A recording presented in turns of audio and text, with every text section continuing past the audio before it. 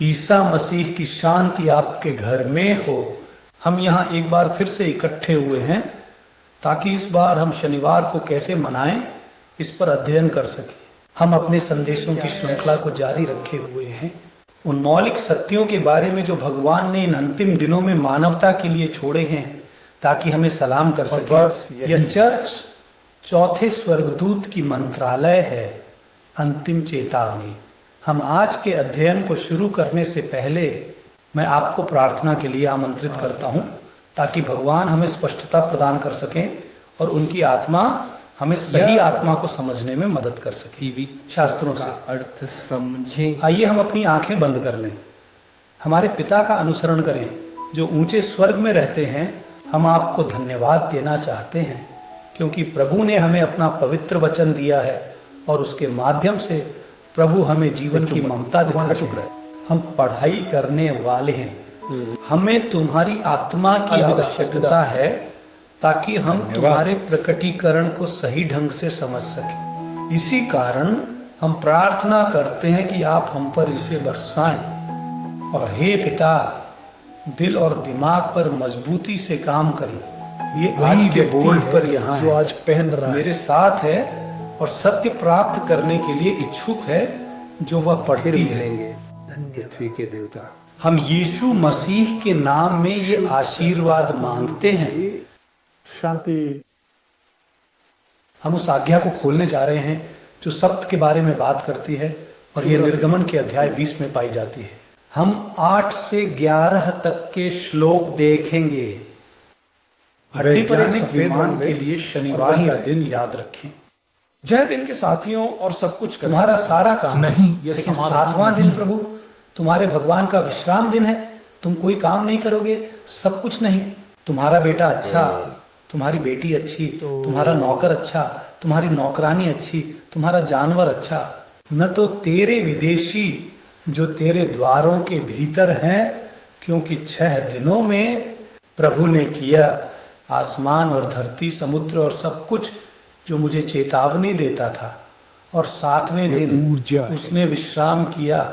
इसलिए प्रभु ने सप्त के दिन को आशीर्वाद दिया और उसे पवित्र किया।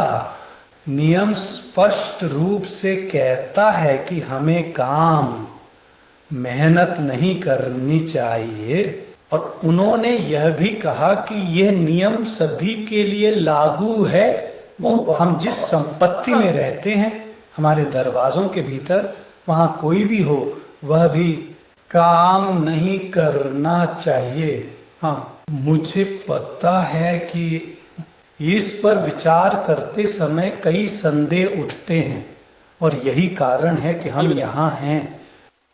हमें नहीं पता कि आज्ञा क्या कहती है कि हमें काम नहीं करना चाहिए, लेकिन इसका मतलब यह तक कि पैदल खड़े होना, बाजू काटे जाना, सोना, कुछ नहीं करने की बात तो हम शब्द से देखेंगे कि नहीं। शनिवार को करने के लिए कुछ काम ऐसे होते हैं जो प्रशंसनीय हैं और हम अब उनके बारे में आगे पढ़ने जा रहे हैं। मैं आपसे एक बार फिर बाइबल के साथ मेरे साथ देखने का अनुरोध करता हूँ। मार्क के अनुसार अध्याय 2 श्लोक 23 से 28 तक। और यह हुआ कि जब वो यानी यीशु गुजरे एक शनिवार को खेतों से होते हुए, उनके शिष्य चलते हुए बालें बटोरने लगे और फरीसियों ने, क्या तुमने वह देखा, क्या तुमने वह देखा। शनिवार को वह काम क्यों करना जो उचित नहीं है। लेकिन मैंने उनसे कहा, डेविड ने जब जरूरत में और भूखे थे तब क्या किया था वह और उनके साथी, तो भगवान के घर में कैसा। आगमन के समय में मैं एक पुजारी हूं और उसने प्रस्तावना की रोटियां खाईं, जिन्हें खाना पुजारियों को छोड़कर अन्य किसी के लिए वैध नहीं था। वैसे भी उनके साथ जो थे पुरुष के लिए बनाया गया था सप्त, न कि महिला के लिए। और सप्त के कारण मनुष्य नहीं परंतु मनुष्य का पुत्र 3रे सप्त तक भी। हम इसे देखने से पहले हम यीशु को देखते हैं। शनिवार के बारे में बात करना और ये कैसे मनाया जाता है या नहीं। प्रोफेसर नार्डो हम यहाँ एक और पाठ को भी बुलाएंगे जो कि अगले अनुक्रम में है, अध्याय 3 आयत 1 से। फिर हम दोनों पारित विश्लेषण करते हैं, पढ़ते हैं मार्क की 3री पुस्तक 1 अध्याय। और यीशु फिर से सिनेगोग में गए और वहां थे एक आदमी जिसका एक हाथ सूख गया था। और वे देख रहे थे कि क्या वह शब्बात के दिन चंगा करेगा ताकि उसे दोषी ठहरा सके। और उस आदमी से जिसका हाथ सूख गया था कहा, उठो और बीच में आओ। और उनसे पूछा, क्या तू अच्छा करना या बुरा करना नहीं जानता, जीवन को बचाना या मार डालना? और वे रोसिन्हा में रहे। उन्हें देखते हुए मैं निश्चय करता हूँ, गुस्से में अपने दिल की कठोरता से प्रेरित होकर उसने आदमी से कहा, हाथ फैलाओ। और उसने अपना हाथ बढ़ाया और वह स्वस्थ हो गया जैसे दूसरा। इन 2 उदाहरणों में हम देखते हैं कि यीशु शनिवार के संरक्षण के बारे में सिद्धांत सिखा रहे हैं। पहले में यीशु के शिष्य चलते हुए अलविदा अलविदा, वे एक ऐसे स्थान से गुजर रहे थे जहां खाना था, बालें थीं, और उन्होंने हाथ से जो कुछ खा सकते थे उसे चुना और खा रहे थे। जब उन्हें दुश्मनों फरीसियों द्वारा आरोपित किया गया, तब यीशु ने बाइबल का उदाहरण लेते हुए जिसने कहा, देखो चलो न, उसके समय में वह भूखा था, वह और उसके साथी भी, और उन्होंने खाया, यहाँ तक कि अमीयता द्वारा दिया गया पवित्र रोटी भी जो उस समय। और बस अलविदा। तो अगर उससे पवित्र रोटी भी नहीं लगानी गई थी, उससे जरूरत। जितना अधिक मकई वहां शनिवार के दिन उन लोगों के लिए था जो भूखे थे। इसमें शामिल सिद्धांत यह है कि जो जरूरत है वो एक शनिवार बनाता है, जो मजाक है वो झूठ है, वो चलो इसे हमारे चाचाओं के लिए ले चलिए। मान लो आप अपने घर में हो, आपने महीने की खरीदारी नहीं की, जो खाना वहां है वह कम है पर यह परिवार के लिए पर्याप्त है। और ये शनिवार है और कोई जान पहचान वाला पड़ोसी, दोस्त, रिश्तेदार जो भी हो आता है दोपहर के खाने के समय से पहले, उदाहरण के लिए। और फिर आप खुद को एक दुविधा में पाते हैं, क्या मैं इन लोगों की मदद करूं? नहीं, मैं मदद नहीं करूंगा।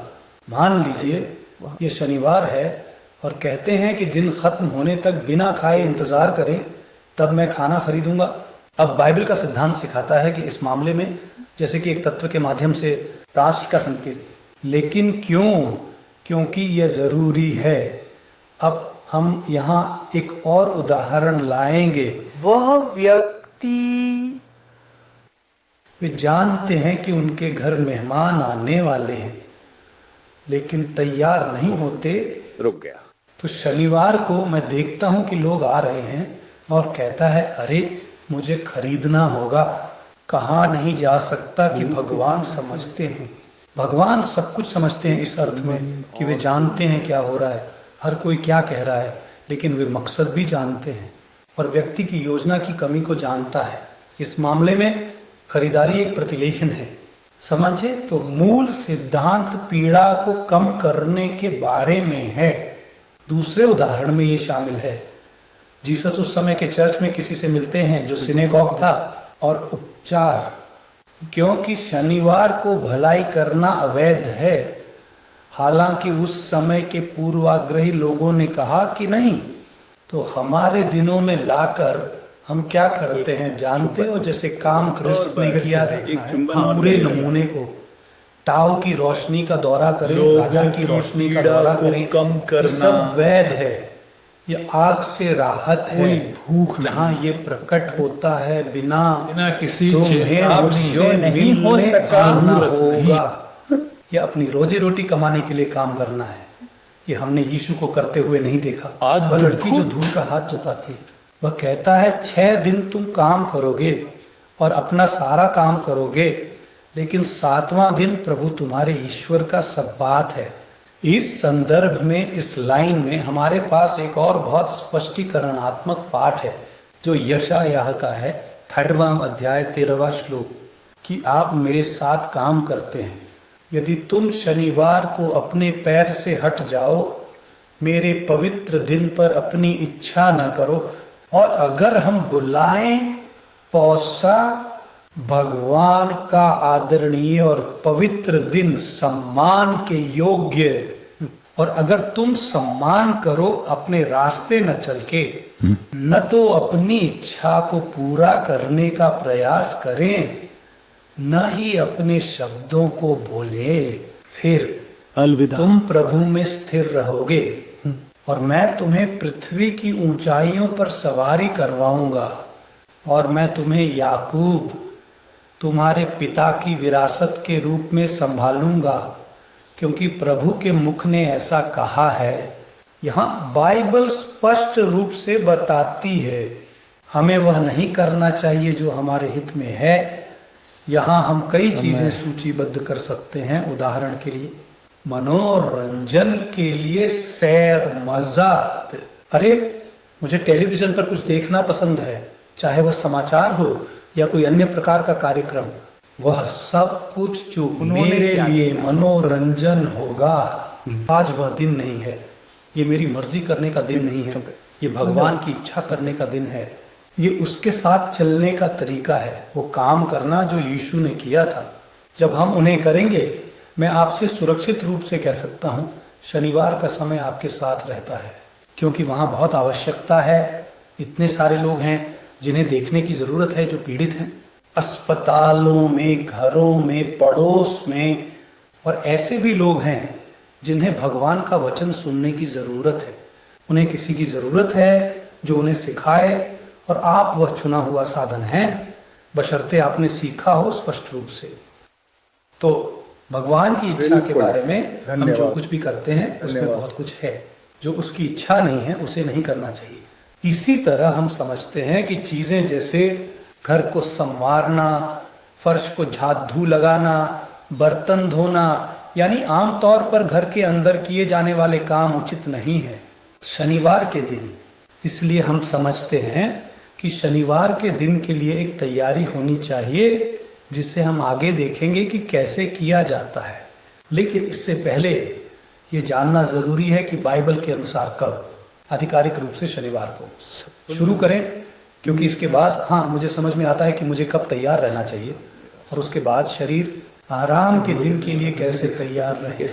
इसी कारण से मैं आपको मेरे साथ चमकने का निमंत्रण देता हूँ। लय व्यवस्था की पुस्तक अध्याय 23 श्लोक 32, आराम का शनिवार था तुम्हारा, तो आप हमारी आत्मा को पीड़ा देंगे। 9 तारीख को शाम को, एक शाम से दूसरी शाम तक आप अपना सप्त मनाएंगे। यहाँ का टेक्स्ट कहता है एक शनिवार, जिसे समारोहिक शनिवार के रूप में जाना जाता है, जो एक विशेष तारीख को निर्धारित था। हालांकि वह परिभाषा की शुरुआत देता है, दिन की शुरुआत और अंत से। वह कहता है एक दोपहर से दूसरी दोपहर तक। बाइबल में शाम शब्द हमें गोधूली का विचार देता है और हमें सूर्यास्त की ओर ले जाता है। इसलिए हम समझते हैं कि एक दिन सूरज के निकट आता है, जिसके बारे में हम पिछले दिन बात कर चुके हैं। ये आसान हो जाएगा।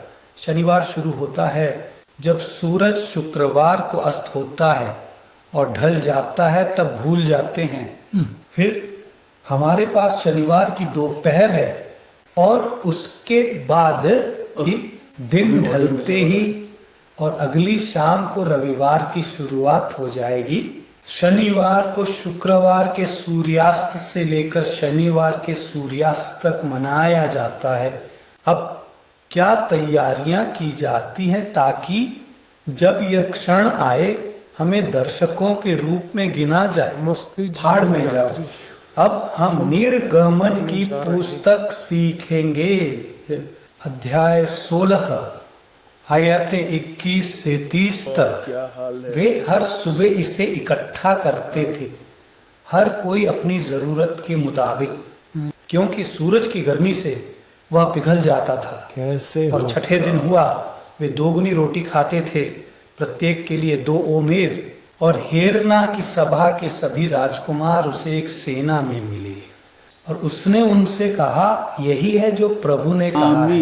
मेरे ये भाई। विश्राम है, प्रभु का पवित्र शब्द। जो कोई भी आराम करना चाहता है बस, और जो कोई पानी में छुपना चाहता है उसे पानी में उबालो, और जो कुछ भी तुम छुपा सकते हो वह सुरक्षित रखो तुम्हारे लिए कल तक। और उन्होंने सुबह तक इसे संभाल के रखा, जैसा कि कलीसिया ने आदेश दिया था। समय सारणी कोई बुराई नहीं आई, न ही कोई कीड़ा। तब मूसा ने कहा, आज इसे खाओ, क्योंकि आज प्रभु का सब्बात है। आज तुम्हें खेत में काम नहीं करना है। मुझे पता है कि मैंने इस पर पहले भी बात की है, लेकिन 7वां दिन एक सब्त है, और 7वें दिन जब कुछ लोग इकट्ठा करने निकले लेकिन उन्हें वह नहीं मिला, फिर भगवान ने मोजेस से कहा, जब तक मैं आपको मेरे आज्ञाओं और कानूनों का पालन करने का आरोप नहीं लगाता। हर्रा, क्योंकि प्रभु ने हमें शनिवार दिया है, इसलिए वह छठे दिन हमें 2 दिनों के लिए रोटी देता है। हर कोई अपनी जगह पर रहे, 7वें दिन कोई अपनी जगह से न हिले। इस प्रकार लोग 7वें दिन आराम करते हैं। यह पाठ इज़राइल के लोगों के रेगिस्तान में अनुभव के बारे में था। ये हर हफ्ते एक चमत्कार प्रदान करके भगवान ने इस दिन की महत्ता सिखाई। मन्ना को हर दिन इकट्ठा किया जाना चाहिए था, और आदेश दिया गया था कि केवल वही मात्रा इकट्ठी की जाए जो उस दिन खाई जानी है, क्योंकि अगर छोड़ दिया अगले के लिए वह खराब कर देता था। लेकिन शुक्रवार को लड़का और चमत्कार हुआ। ईश्वर ने कहा, इसे 2 गुना इकट्ठा करो, तुम्हारी टोकरी और तुम्हारा नमक। इसलिए शनिवार को किसी को भी जरूरत नहीं होगी। इस तरह वे आज्ञा का पालन कर सकेंगे, उस दिन काम करना बंद करके। लेकिन जैसा कि हम देखते हैं, कुछ उन्होंने शनिवार को आगे बढ़ाया। एक जहाज की तलाश में स्पष्ट रूप से उन्हें नहीं मिला, और ईश्वर ने उन्हें पापी पाया। इसलिए आज प्रभु के पवित्र दिन की प्रतीक्षा करते समय हमें भी तैयारी करनी चाहिए। घर को शुक्रवार तक साफ किया जाना चाहिए। खाना भी पहले से तैयार करना चाहिए। इस तरह से जब हम पवित्र द्वारों में प्रवेश करें, सब कुछ पहले से ही तैयार होना चाहिए, कुछ भी करने के लिए नहीं होना चाहिए। शनिवार का खाना तैयार है, घर साफ, कपड़े धुले और इस्त्री किए गए, वे जो शनिवार को पहने जाएंगे, ताकि शनिवार के दिन हम विशेष रूप से भगवान पर केंद्रित रह सकें, और फिर हम भगवान की पूजा कर सकते हैं पवित्र दिन पर, क्योंकि यह उसके द्वारा पवित्र बनाने के लिए चुना गया है। हम ध्यान केंद्रित कर सकते हैं। ईश्वर के साथ संबंध और मदद करना आवश्यक है। हमारा अगला, क्योंकि हमें अन्य विचलित करने वाली चीजों की फिक्र नहीं होगी जो अधूरी रह गई हैं। अरे लेकिन मैं सब कुछ पूरा नहीं कर सका, अब बस अंत में पहुंच रहा हूं, और अब मैं क्या करूं? जो शुक्रवार तक पहुंचने के बिंदु से पहले नहीं किया जा सका, उसे न करें। अगले हफ्ते थोड़ा बेहतर प्लान करें। फिर हमें समझ में भी आता है कि शनिवार के लिए सबसे अच्छी तैयारी तो रविवार से ही शुरू होती है, सप्ताह की योजना बनाकर। क्यों?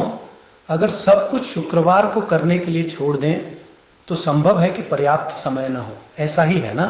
कैसा रहेगा अगर उदाहरण के लिए घर की खरीदारी शुक्रवार को नहीं, शायद उससे पहले थोड़ी सी हो, या वह हिस्सा जो घर की भारी सफाई में किया जाता वो पहले भी किया जा सकता है। हर कोई अपनी योजना बनाता है, जैसा कि वे अपने कार्यभार को समझते हैं, ताकि वे प्रभु के पवित्र दिन को मना सकें। वे जो प्रभु यीशु को मान्यता देते हैं, स्वर्ग द्वारा प्रदान की गई शक्ति की खोज और पालन करने वाले निश्चित रूप से अनुपालकों में गिने जाएंगे। ये शनिवार के दिन की रक्षा से जुड़ा एक विशेष चिमटा है जो हम अब आपके साथ साझा करना चाहते हैं। अब इस अध्ययन को समाप्त कर रहा हूँ। ये एजेकियल अध्याय 20 आयत में पाया जाता है। चलो साथ में पढ़ते हैं।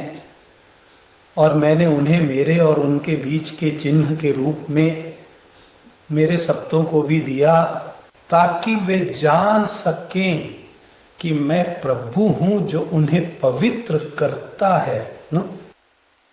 शनिवार के लिए ईश्वर द्वारा आरक्षित आशीर्वाद पवित्रता है। पवित्रता का मतलब है पवित्र बनाना। भगवान वह अपनी पवित्र आत्मा का एक खास हिस्सा उड़ेलने वाला है। उससे संत न कहें, हमें पवित्र बनाने के लिए। इस शनिवार के दिन पर यदि आप दर्शकों में गिने जाते हैं तो आपको भी आशीर्वाद प्राप्त होगा। और यहाँ कहा गया है कि जो लोग मानते हैं उन्हें पता चलेगा कि वह प्रभु हैं। यानी हमें भगवान के साथ एक विशेष अनुभव होगा। हाँ, मैं चाहता हूं कि आप ये अनुभव प्राप्त करें। भगवान के दिन शनिवार को मानने का क्या अर्थ है और उसके लोगों में गिने जाने का क्या मतलब है। अगर ये आपकी इच्छा है तो मैं अभी आपके लिए प्रार्थना करूं। चलिए अपनी आंखें बंद करें, भगवान से बात करें। हमें स्वर्ग में उच्च स्थान पर रखने वाले हमारे पिता, प्रभु यीशु के नाम से मैं विशेष रूप से मांगता हूं इस आत्मा के लिए जिसने अभी स्वीकार किया है। तुम्हारे पवित्र विश्राम दिवस की सच्चाई जानने और शनिवार को देखने की इच्छा रखने वाले बनना चाहते हैं। अपने दिल की सुनो, अपने उद्देश्य को मजबूत करो कि तुम्हारे पवित्र दूत अभी से तुम्हारे साथ रहें। जंगल तुम्हारे पवित्र दिन को संजोने की स्थिति में हो। इसे जारी रखें, मार्गदर्शन करते रहें और संरक्षण करें, और वह लोगों के बीच फिर से गूंजे। और जल्द ही जब प्रभु यीशु आए तो उसे आज्ञाकारिता का एक संकेत उसमें मिल सके। प्रार्थना करते हैं प्रभु, इन आशीर्वादों को प्रभु यीशु मसीह के नाम पर मांगते हैं। हमारा अध्ययन यहीं समाप्त होता है। आज हमने देखा कि हमें शनिवार को कैसे मनाना चाहिए। ये वह दिन है जब हम प्रभु से मिलते हैं। अगले अध्ययन में हम ये जानेंगे कि हमारे प्रभु यीशु कहाँ हैं, और ये भी सीखें कि ये वादा किए गए आशीर्वाद कैसे स्वर्ग से हम तक पहुँचते हैं। हमारे साथ बने रहें, आगामी अध्ययन का अनुसरण करें, और मुझे यकीन है कि भगवान आपके लिए कुछ विशेष रखते हैं। तब तक